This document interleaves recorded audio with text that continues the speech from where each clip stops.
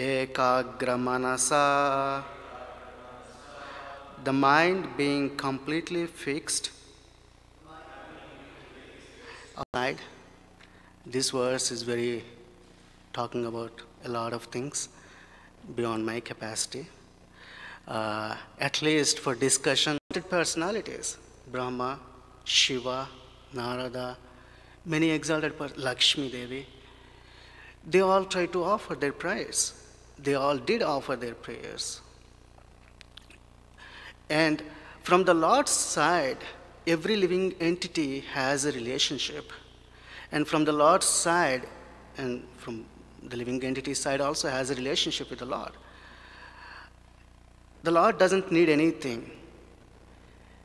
In Chaitanya Charitamrita, Krishnadas Kaviraj Goswami explains very beautifully in the very first chapter, in the beginning, even Srila Prabhupada also narrates this point many times, that the Lord expands because he wants to experience various rasas, various mellows.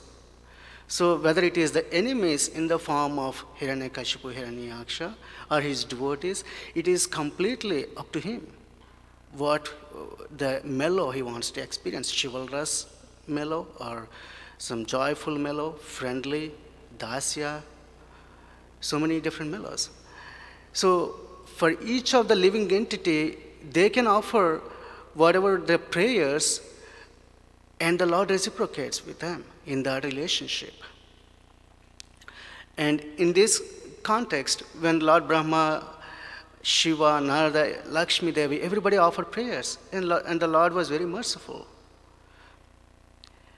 In this particular context, he was waiting, or he was not waiting, but there was something else. The reason for which he appeared is to give the opportunity to interact or exchange with his pure devotee, Prahlad Maharaj. So, after they have all offered their prayers, Narada Muni approached Prahlad Maharaj and said, "You speak to Nrsimhadev." I'm sorry, Brahma approaches, correct? Lord Brahma approaches and says, "Please speak to, or please pacify the Lord, because it is for you the reason for the Lord's appearance."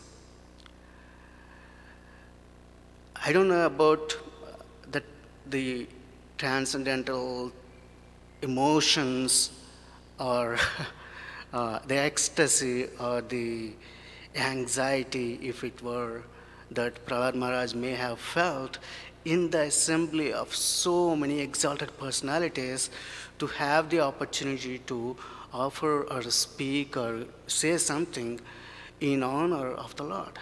I have no clue about that, but I was just praying in a subtle way that I was hoping that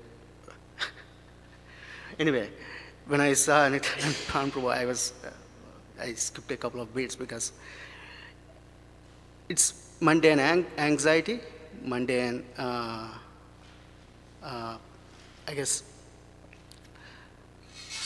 he's my mentor, and to be able to sit here and talk, it takes some composure. But Prahlad Maharaj recognized his own insignificant nature, or, well, he doesn't have to recognize his insignificant nature, but he felt his insignificant nature amongst all those, but still in a humble mood, he approached the Lord. And when he approached the Lord, something very mystical happened. The Lord put his hand on the boy's head. And I was hearing one time in the Bhagavatam class about Dhruva Maharaj pastime. In case of Dhruva Maharaj also, when the Lord appears, he puts the Shankha on the boy's head.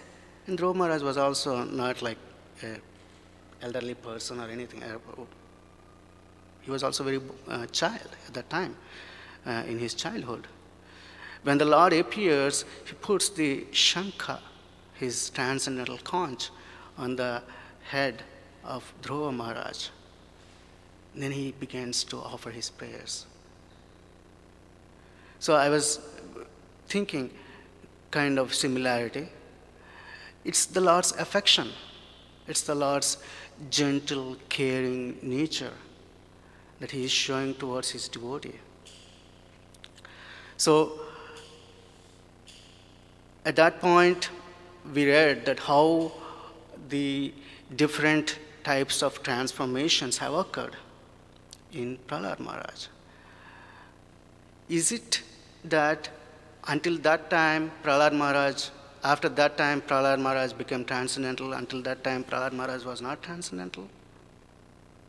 Until the Lord placed his hand? Is that the right, or is that possible? I'm looking at everyone. No. He's always under the protection of the Lord. He's always beyond the senses. He's always transcendental. The point being, for a pure devotee of the Lord, it does not matter how the mercy of the Lord comes, how the affection. He's able to see the Lord's mercy and affection in all sorts of interactions. Especially when he sees that, he's even more exalted, or elated, or blissful.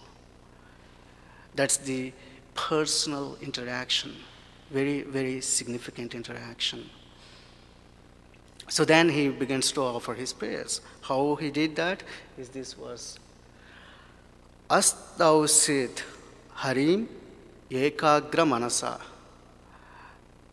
Stuti is the word. Stuti means to glorify. Stava, we have Radha, Radhika, Stava. It is the glorification or the prayers, compilation of prayers. So when we see an exalted person, automatically we try to appreciate. Even in mundane world also, we see several people. We see them and we talk to them and we say, oh, I like this about you. And so when somebody sees the Lord, it is stotra, it is stuti. So he's glorifying, he's offering his prayers. How he is offering to prayers unto Lord Hari? Eka agra manasa. The manasa is ekagra, single pointed. As we hear in Bhagavad Gita also, vyavasayatmika buddhi. Ekeha. That eka, that's single pointed attention. Samahitaha. Prabhupada has translated very attentive or without any diversions to other subjects. Without any diversions. It's very difficult. It's very difficult in this world to not be diverted from anything. We do something Monday through Friday. We need a diversion, Saturday and Sunday. It's called vacation. And after the diversion, we have to come back. Rupa Goswami describes this as bhoga tyaga. We give up, we enjoy. We give up, we enjoy. Giving up is because we want to enjoy. That tendency is there. But Prahlad Maharaj does not. His attention is samahitaha. Prema gadgadaya vacha. How is he offering his prayers? His voice is faltering because of his transcendental emotions of love unto the Supreme Personality of Godhead. Tanyasta hridayekshanaha. With his heart and sight fixed at the lotus feet of Lord Narasimhadev. So Prabhupada has brilliantly given his purport on this verse. He talks about few key points as to how we can attain that stage what Prahlad Maharaj is experiencing, that single-pointed attention. In Bhagavatam first canto, there is a verse where it says, Tasmat ekena manasa bhagavan Satvatam Patihi. Shrotavya Kirtitavyascha Dheya Pujascha Nityada. Tasmat Ekena Manasa, with single pointed attention, without any other deviation. If one offers, then the Lord Hari is the protector of such persons. And he proves from time to time how he protects. From our side, the assignment is, as it may seem simple, that, oh, we just have to be attentive. But it's very difficult in the mundane or in the material world. I'm sure we all have that experience. Diversions. It's very easy to be diverted from the path. There are different diversions. People all the time complain that I cannot stay fixed, I cannot stay focused. Work, studies, occupational duties, even while performing direct devotional service activities also, it's very difficult. So one time, in a jungle, there's big jungle, and then there is a tree. And at the tree, there is a small turtle. And this turtle is trying to walk slowly. It's crawling towards the tree. And with great effort, it tries to climb up the tree. Somehow it climbs up the tree. And with great effort, it goes to the branch. And then it slowly crawls to the branch, and then it stands there. And then it looks left and right. And then with its two forward legs, it jumps in the air. What happens? It falls down. So the turtle falls down on the ground, on the field. So again, it brushes off. Again, it starts to walk slowly. Again, it starts to climb, and then goes to the branch. With its forward legs, it tries to jump with the hope that it can fly. And then it jumps, boom, on the floor, on the field, ground. It happens 3-4 times. And then there are a couple of birds, literally couple, wife and husband, birds. They're watching this turtle doing this. And the wife, she-bird, tells or asks, honey, I think it is time to tell her that she is adopted. So the bird is adopted, or the turtle is adopted. The birds have adopted the turtle. No matter how much the turtle tries, it cannot fly, because her body is not fit for flying. It's a turtle body. Under the false illusion, simply because the turtle has the parents who are birds, unfortunately, the turtle was imagining that, oh, I belong to this family, so I can fly. But somebody has to tell that, oh, by the way, you're adopted. So my inspiration from that story is several. One of the inspirations is we falsely identify with the body. We adopt the body as ourselves.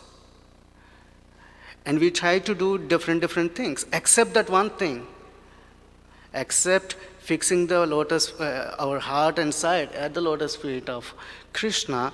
We try to do all other things. What happens? Failure. I can try again. Let me try hard, because last time I was lackadaisical, I was slacking. I can try a little bit with more attention, more focus.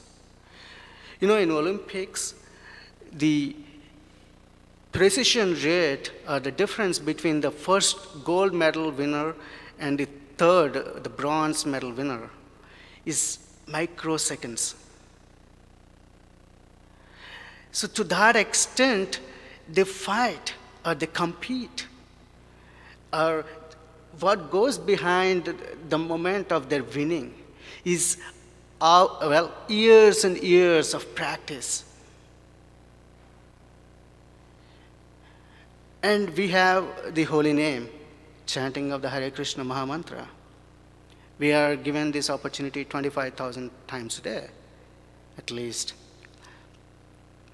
And so many diversions. Cell phone rings, remember something, all the planning for the week, or planning for the week that has gone by, what has went right, all the evaluations, estimations, that's the time for it, doing all those things, chanting time. Whereas we have the opportunity, the same opportunity, because the touchstone, the Lord's hand, what Krishna has placed, or Narasimhadeva has placed on Prahlad Maharaj. I was hearing from Nityananda Pran Prabhu that lecture where he described that when Lord Hari or Vishnu has placed the conch, we have the similar opportunity. With the holy name, we can experience the same type of affection, the same type of mercy that's coming from the Lord. It's called Chintamani. The stone, touchstone, whatever we desire is acquired by the chanting of the holy name. And in this verse, Prabhupada is saying that that fixed mind is a result of yoga siddhi. It's not ordinary thing. Mystic perfection. We have to perfect that mystic yogas. Do we really have that capacity? No, it's hard. We have falsely identified so many things, and like I was telling someone that a Mac system does not work with Windows. Compatibility issue. The material, how much we try to succeed or how much we try to, but there is an opportunity in the spiritual practices to excel or practice. How much practice do we need? Because this is the, people say it's not life and death thing, but this is the life and death question. Our chanting of the holy name is the life and death question. Our fixing ability to fix the sight or our mind at the feet of Krishna at the time of leaving this body is a matter of perfection. It does not simply cannot be achieved by any kind of yogic perfection, even if one were to try that. It is beyond. It is beyond the senses, Prabhupada is saying. That's the stage where Prahlad Maharaj is situated. So what is the way then for us? Prabhupada explains that he is freed from material diversions, his mind is fixed upon the lotus feet of the Lord, and he is beyond the senses. And then he says, because he was engaged in service, he felt transcendently situated.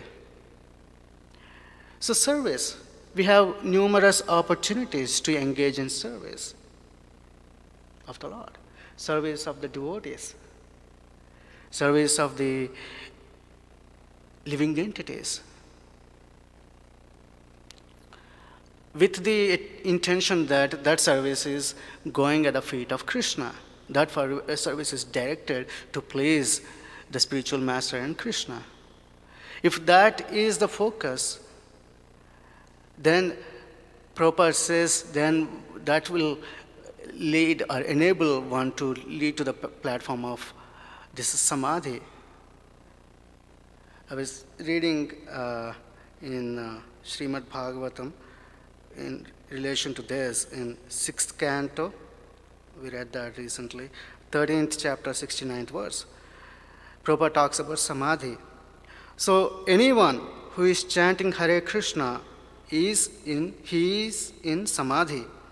Anyone who is cooking for Krishna, he is in samadhi.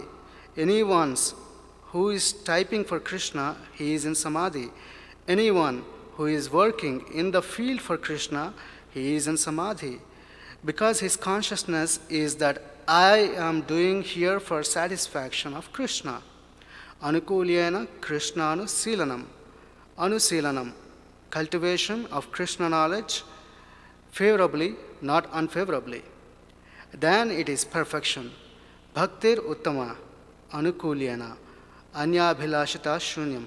When you cook, if you think, oh, this nice thing is being cooked, I shall eat it very nicely, then it is not Krishna.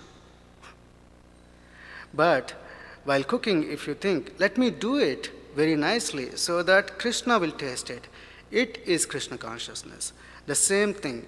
Activities is the same, but the consciousness is different. That is samadhi. So samadhi is not very extraordinary thing. One has to become simply serious and sincere to Krishna. Then he is in samadhi. That is confirmed in the Bhagavad Gita. So it's not that we have to do 10 million things. Whatever we are doing, we can do it at least gradually with an intention to satisfy for Krishna, or with Krishna in the center. We don't have to be diverted by many things. Even in devotional service also, I get bogged down from time to time that I have to do this, I have to do that. But where is the attention? Is it on Krishna? No. It's like the aham mameti, or I'm the doer kind of a thing. Then it doesn't yield any good result. Result being the ability to fix our heart and mind at the feet of Krishna. We have ample opportunities. They say out of sight, out of mind. The devotees, when we see them, they remind us of Krishna. The deities, when we see them, we are seeing Krishna. So many opportunities. And then the other thing being most important, I felt, is the diversions. We want vacation. We cannot do something constantly. One time, a wife and husband, wife asked the husband that, oh dear, it's our 10th anniversary. Where are we going for vacation? The husband says, yes, I do remember that. I'm planning for us to go to the African jungle safari. And the wife asks, oh really? That's so fantastic. If that's what you're planning for 10th year anniversary, I wonder what you plan for 25th anniversary. The husband says, I will bring you back. It's imperfect. There is no way you can enjoy in the immaterial world, no matter how much we try. The same wife asks the husband, one time she looks at the mirror and then she says, oh, honey, I think my skin has become not so attractive anymore. I think I'm gaining weight. I think I'm becoming fat. I think my eyes, my face isn't as attractive as it used to be. But still, can you say something that compliments me? I feel so low right now, just looking at myself in the mirror. And the husband usually, what he does is, as in any typical husband-wife relationship, he's playing on video games or watching some TV on sports, and then he, oh, what did you say, honey? Oh, a nice compliment. I think your eyesight is still perfect. That's the compliment he gives. I don't think many are, since you're brahmacharis, you may not have gotten it, but. So what is the the reason I shared that joke is to say that there is some positive we have to look for. They say putting the positive spin. Irrespective of how much we don't have anything in this material world, we still have to look for something positive. And here is the positive. Despite Upadrata's, the Bhagavatam says, unfortunate condition, despite the not being able to fix the mind, always disturbed, so many slow, dull mind, despite so many disqualifications. The simple activities that we can do in our day-to-day life, they can please Krishna, and we just have to put him in the center. We just have to take the shelter of those who are giving that direction, take the shelter of those who are guiding on this path. And then we can sufficiently experience that, and then we can sufficiently offer prayers or glorify. Glorification of exalted personalities is not an ordinary thing. And in this kind of situation, Ernest Hemingway said, courage is grace under pressure. I like that very much. Whenever I think of Prahlad Maharaj, I think of courage. So much pressure. He's being harassed by his own father. But he is always courageous. He's not the kind of person who will charge at Hiranyakashipu and say, you're nonsense, you're this, you're that, or not that kind of courage. He was always harassed for chanting or for hearing or whatever he was doing for service to Krishna, but he kept his quietness. He's gracious. And right now, everybody is not intimidated, but afraid to approach Prahlad Narasimhadev.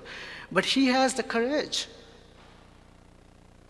to see the Lord face to face and to glorify.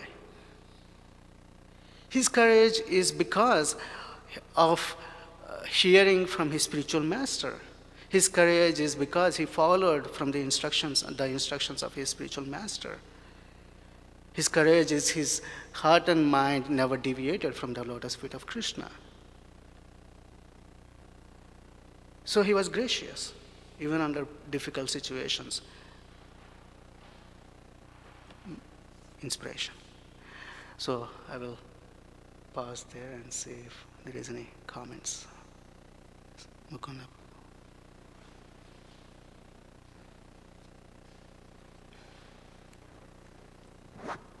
Hare Krishna Prabhu. Thank you. My question was actually in relation to the last verse, because there was a point that you brought up that, when Nrsimhadev put his hand on Prahlad's head, then the verse says that then Prahlad, at that point, he became transcendently situated.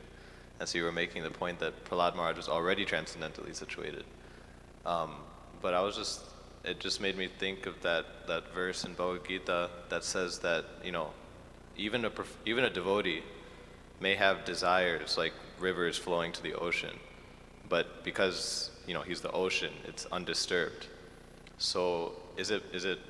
I guess this is just speculation because it's not really said. But is it possible that Prahlad Maharaj may have there may be desires, but he was already a perfected devotee, so nothing was disturbing him anyway. And then when Nrsimhadev put his paw on his head, then even though desires went away, like the rivers just disappeared. And there's just the ocean. I don't know. I was just thinking, because otherwise why would the verse say that he then became materially free and transcendental and everything?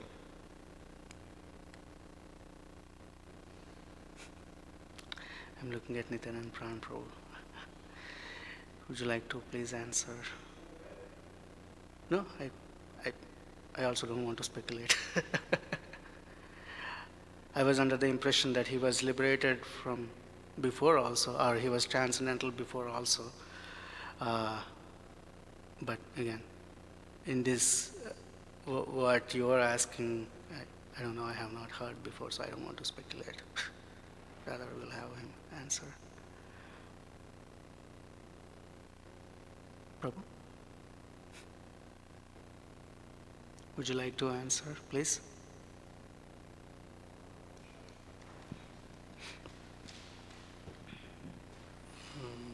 In the purport, Prabhupada writes, if he quotes those two verses about transcending the modes of nature, and even if one is born of any type of lower birth, he can approach the supreme destination. So that's the context. And then Prabhupada writes, on the strength of these verses from Bhagavad Gita, it is evident that although Prahlad Maharaj was born in a demoniac family, and although virtually demoniac blood flowed within his body, he was cleansed of all material bodily contamination because of his exalted position as a devotee. In other words, such impediments could not stop him from progressing, for he was directly in touch with the personality of Godhead. Those who are physically and mentally contaminated by atheism cannot be situated on the transcendental platform, but as soon as one is freed from material contamination, he is immediately fit. So, Prahlad Maharaj, before I say Prahlad Maharaj, when we talk of being situated transcendentally, there is grades within that. There is perfection, there is more perfection, and then there is most. And the touch of the Lord removes from Prahlad Maharaj any of those physical, if you will, in terms of being born in a demoniac family, demoniac blood running through him. All those are material things. It doesn't matter now. The iron rod is fully in fire. So is Prahlad's consciousness transformed from matter or dull to transcendental? No. It has gone from very transcendental to utmost transcendental. Because the touch of the Lord has a certain impact. The Lord has taken him to the highest position of perfection. So he is transcendental. Now within that there are grades of perfection.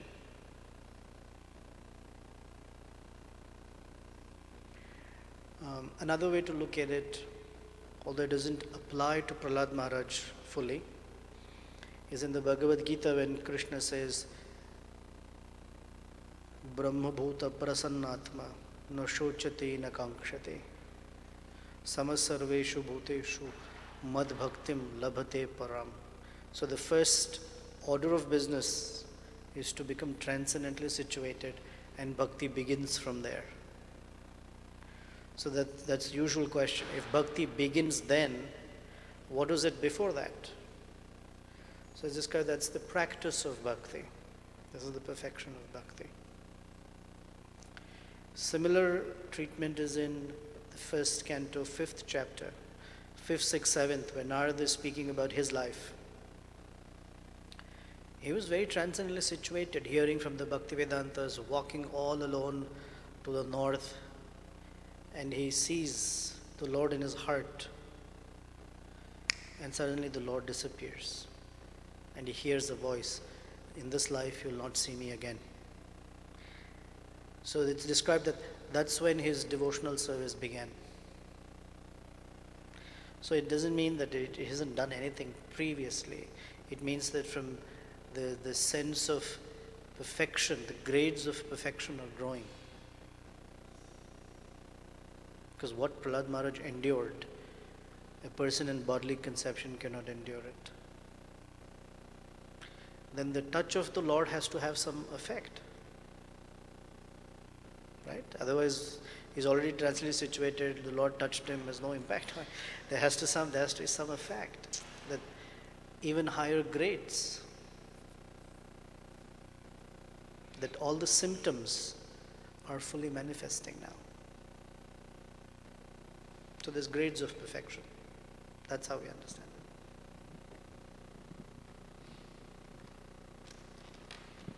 I have a question. You were talking about distractions. So what is it that makes a person distracted? Why is anyone distracted?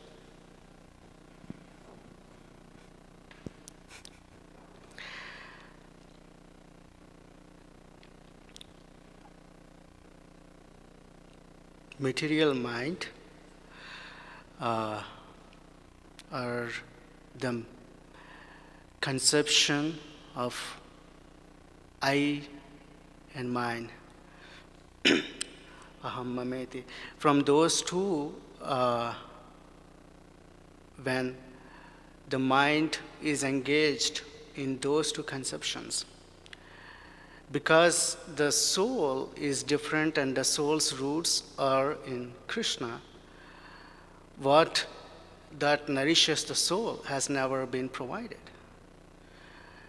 or has never been taken care. So in absence of being in touch with the soul or the heart of the hearts, in general conception or the default position is mind. What I think of myself to be and what I feel myself to be. So out of that material conception or material thoughts, chasing after something that will bring the ultimate satisfaction. Anandamayo abhyasat. Because we are always pleasure seeking. The soul is eternally seeking that pleasure. And Krishna is the source of that bliss. Except Krishna, everything else. There are millions and trillions of things. There is only one Krishna. So, as long as the mind is engaged in anything other than Krishna, there are so many diversions. You were asking why? Is it because I thought that it's because we are always looking for happiness. We're searching for something that will complete us, the incompleteness. Om Purnam, Adha Purnam. So we are feeling that incompleteness, but we don't even know. The material mind doesn't even know. Because that's something above the mind, the transcendental knowledge. Unless a transcendental personality comes into our lives and opens our eyes with the transcendental knowledge, it's difficult to say what we are looking for.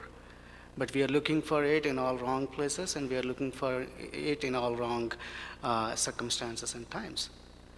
So we want to seek the happiness, but if the adoption is to the body, then we are subjected to be diverted. If the starting, the foundation principle of I and mine is correct, then whatever is built on it will also be yielding the right result. If the foundation principle itself is wrong, the whole math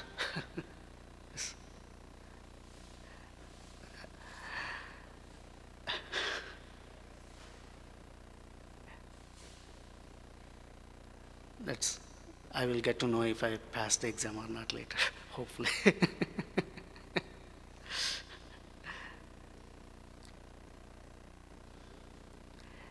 Yes, please. Thank you for that answer. While you were speaking, I was just thinking that one of the reasons we become distracted is because we don't have we haven't fixed our mind on Krishna. And in this verse, actually, Prahlad Maharaj fixed his mind and sight upon Lord Nrsimhadev with full attention. He was in trance just by looking at Lord Nrsimhadev. So I was just thinking about that while you were speaking. You know, we become distracted because we don't have that conviction, that the goal in mind. We don't have that focus, that attention fixed on Krishna. Thank you. So thank you for bringing that point. While you were speaking, I remembered that what I heard. Especially when chanting, the mind is going to all different things, other diversions, because there is nothing material about chanting.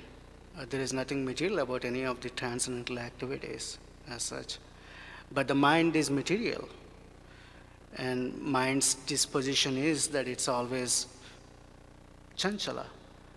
It's always fickle. It's always looking for here and there. So when we try to use something that's mundane in transcendental thing, it requires a lot of practice. It's not easy. It's so easily there are opportunities, ample opportunities for the mind to be agitated or disturbed, but Krishna says through practice you can engage the mind. So just to add the same thing that, please.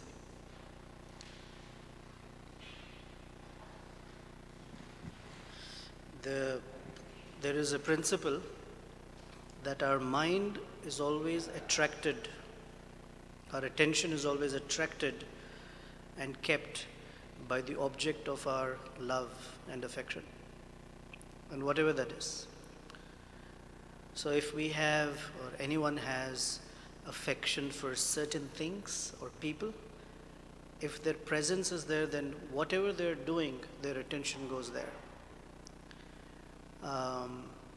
For example, suppose a person's mind is lusty, then doesn't matter, even if they're driving and that they have to drive carefully, but if they see a very attractive woman or attractive man, that their attention will take, even at the risk of their life. Because the object of love or affection attracts the mind. Or if someone's attracted to something, others may not notice it, this particular person will notice. Oh, did you see that? Did you see her jewelry? Did you see the dress she was wearing? Did you see what toy he was in his hand that he had? Because it's my object of affection. Or if I have great affection for Facebook or any of those things, even if people are talking to me, my full attention is given to my object of affection. So our whole practice of Krishna consciousness is to make Krishna our object of affection. As that develops, our attention improves. Even if you're standing in front of the deity, if someone else who's bringing an object or a person that we are naturally attracted to, our attention will go from Krishna to them, or anything. And this is why, while in the whole practice of chanting, is we're constantly trying to bring our attention to Krishna, that he becomes the object of our affection. That is our try, that's an attempt. And that is why, until that happens, or progressively, as we are developing Krishna to be the object of our activities, like you were reading, the person is constantly thinking of Krishna. You read from the 6th canto, that this is for Krishna. I am doing this for Krishna, for pleasing Krishna. By doing so, in all our activities, he becomes the object of our affection. Then attention naturally follows with it. Until then, you said vyavasayatvika buddhi, so it is avyavasaya, it is distributed among different objects of affection. And so that's why here ekagra manasa has that importance, that there was no one else or nothing else that could take Prahlad's attention from Nrsimhadev, because he's the object of love.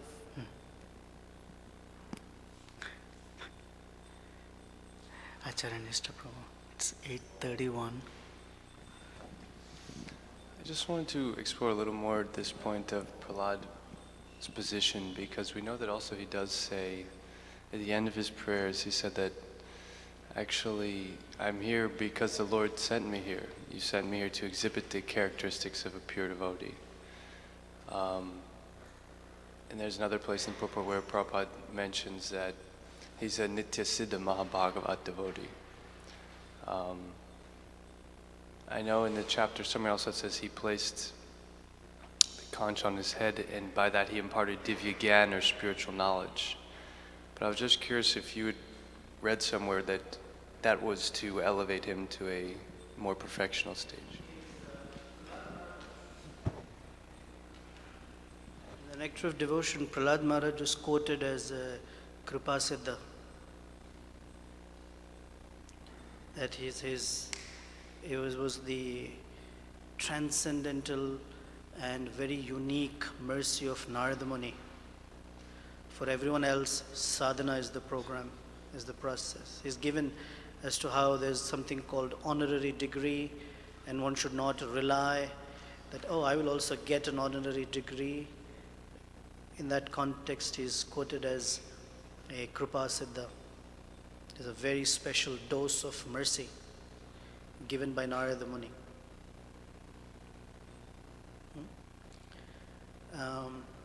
As far as Prahlad Maharaj's personal expressions of it, we'll hear that the humility is just begun.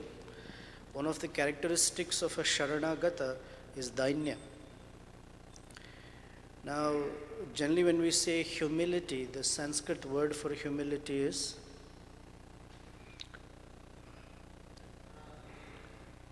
no, that's the Sanskrit word for humility. No, Vinamra. What else? What is humility?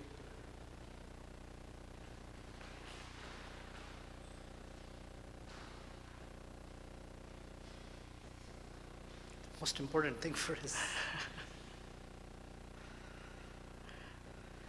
In those grades of humility, there is Dainya, which is considered to be abject humility. It's like the highest grade of humility.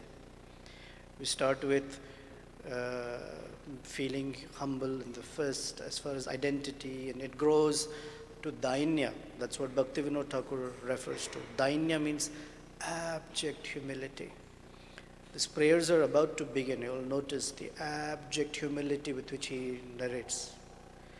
That of all these people, he says, Suradaya, Api Vipra, all these great Brahmins, great demigods, Lakshmi Devi, Lord Shiva, among all of them, I am being asked to say something. What can I say that they haven't already said? Yet, because Lord Brahma has asked, therefore. So, from our understanding of what does perfection look like, to say that Prahlad was not purified or not already perfect is not clear, because he's already given the dose of mercy by Narada. So our understanding is within perfection there are grades. Of course, Prabhupada says, because he says that he has demonic blood running in his veins. Now, I don't know demonic blood running in his veins, what context that would have for him when he's already exhibited himself as a super devotee. If the question is he in bhava stage, became prema stage, I don't know the answer for that.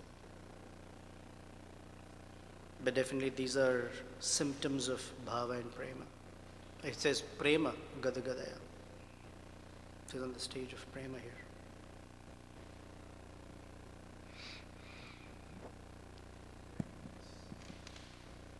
It's interesting because it sounds like we're finding two different definitions of Prahlad's position by Srila Prabhupada, which it does happen. Prabhupada often may mention two things and we have to try to reconcile. I was just, it says here in the purport, that Bhakti Rasamrita Sindhu is giving considerable discussions about Nitya Siddha and Sadhana Siddha devotees. Nitya Siddha devotees come from Vaikuntha to the material world to teach by their personal example. This is text 3 of the 10th chapter. Prahlad Maharaj says, "You've sent me to the material world to exhibit the symptoms of a pure devotee." And then he says, In spite of coming to this material world, the Nityasiddha devotee is never attracted by allurements of material enjoyment. The perfect example is Prahlad Maharaj, who was a Nityasiddha, a Mahabhagavat devotee. Although Prahlad was born in the family of Hiranyakashipu, an atheist, he was never attached to any kind of materialistic enjoyment. Desiring to exhibit the symptoms of a pure devotee, the Lord tried to induce Prahlad Maharaj to take benedictions, but he did not accept them. On the contrary, by his personal example, he showed the symptoms of a pure devotee. In other words, the Lord himself had no desire to send his pure devotee to the material world, nor does the devotee have any material purpose in coming. He teaches the common man how to become a devotee. So, interesting point to try to wrap our head around.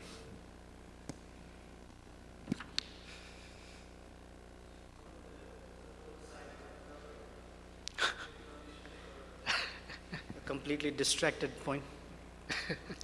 One of the things that we had a whole session at the Govardhan Eco Village is a topic called Samanvaya. And Samanvaya in Sanskrit or in English means reconciliation. And the person who was, I guess, facilitating is Kaunteya Prabhu. He was quoting from our Brahma Sutras. So the first Brahma Sutra is Janmadhyasya Yataha or Athatu Brahma Jigyasha. Next is Janmadhyasya Yataha. And there is one more, Shastra Yonitvat. And the fourth is Samanvayat, another word. And the point Vyasadeva is making is that the knowledge about the personality of Godhead can only be received from Shastra Yonitvat, from scripture. And then he goes to Samanvaya, that in scripture you will find apparent paradoxes. It says this and it says that. And a person, a student, is supposed to Samanvaya, find that reconciliation. And unless one finds, because we heard so many times that all paradoxes and contradictions are resolved in Krishna. Like here he is angry at Hiranyakashipu, he is very loving towards Prahlad, but he loves both of them. So it's not mundane this or that. And so it was, the whole exercise was trying to find how you can come to reconciliations. It was a beautiful exercise. This is a total side point. But so he gave examples. So he made the devotees debate.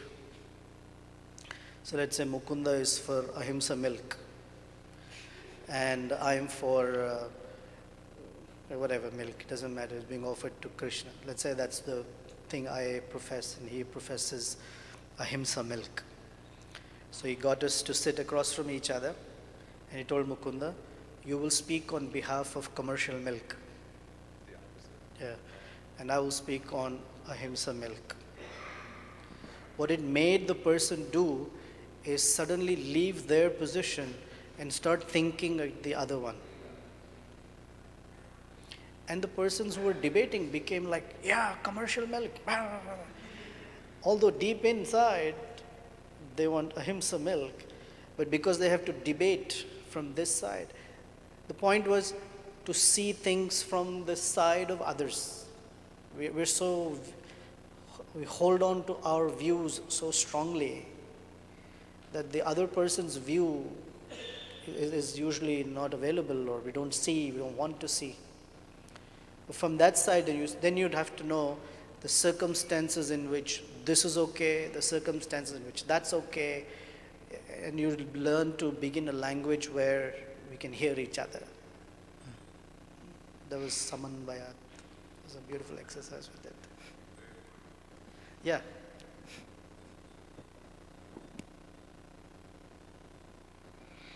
Okay, 8:41 time. Any other comments, concluding? Okay, all right. Thank you all very much. Thank you.